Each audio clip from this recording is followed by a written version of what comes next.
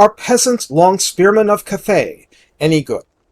Since there is no big roster rework for patch 4.0, it's time for me to go through the Cathay units. The long Spearmen are blue-collar Cathayans with a job to do, and they do that job, and they do not do a lot of other things that aren't that job.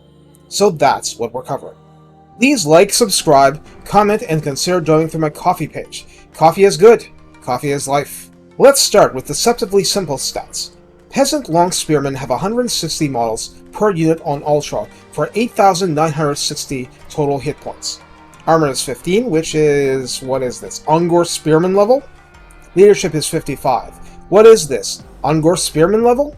Speed is 30. What is this, 2 over Chaos Warriors level? And those guys have suits of armor, skin grafted to them. Melee attack is 20. Yes, 20! Attack interval is 4, which is not actually bad, huh? No splash damage here, of course. Melee defense is 24, which is okay. Well, not that okay. Weapon strength is 25, with base damage of 19 and armor piercing 6, with a bonus versus large of 17. Well, I've seen worse, and it's a pretty decent bonus versus large, sure. Charge bonus is 3. 3! Mass is 100, so yeah, bogged standard humans.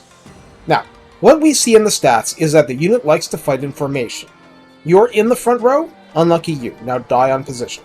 Somebody else will take your place. The limited frontage means that the unit takes damage slower, but also inflicts less damage. So in effect, it's more melee defense. Besides anything else, these are quote-unquote expendable units. Regular Cathayan troops will regard them like greenskins regard goblins. They rout? Nobody cares. Past this, they have expert charge defense, which negates the charge bonus of attackers of any size, whether large or not, and charge reflection, which deals additional damage to charging attackers. But these only apply when the unit is braced and when the unit is taking damage from a valid direction. In other words, the pointy spear end. We begin our first brush with the Yin and Yang system. Battle Harmony Yang activates when within 60 meters of a Yin unit, and adds plus 4 melee attack, plus 6 melee defense, and plus 6 leadership on paper, and states that effect intensity increases by highest nearby harmony multiplier on a unit. That applies mainly to legendary lords. With no XP chevrons, we're up to melee attack 24, melee attack 41 versus large, melee defense 30, and leadership 61, without being in an encouragement radius from a character. To summarize the tech tree involvement, there are multiple techs affecting them which increase armor, melee defense, recruit rank, leadership, casualty replenishment, and reduce upkeep slightly. Now, as you might have surmised, this is a cheap, easily obtainable unit to begin with. This is just to say, modifiers can make them more resilient to base damage, which is nice, and any melee damage, but they do not get shields from all of this, making them inherently vulnerable to anything ranged. In such a situation, their defense is literally numbers. They can't kill us all!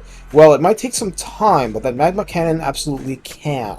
For the Red Lord skill lines, Unyielding adds a maximum of plus 6 melee attack and plus 6 melee defense for a bunch of melee units, and they include the Long Spearmen.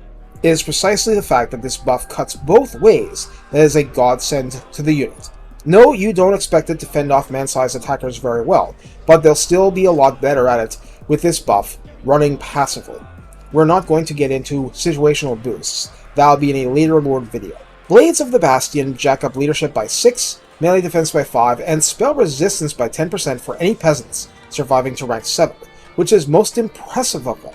Relatively little has buffed up their leadership so far, so the additional help makes the real threat, the unit breaking, a bit less acute. Well, that's what Rally and Stand Your Ground are for too. Good stuff. So how do you use the Spearmen? Well, this one isn't complicated.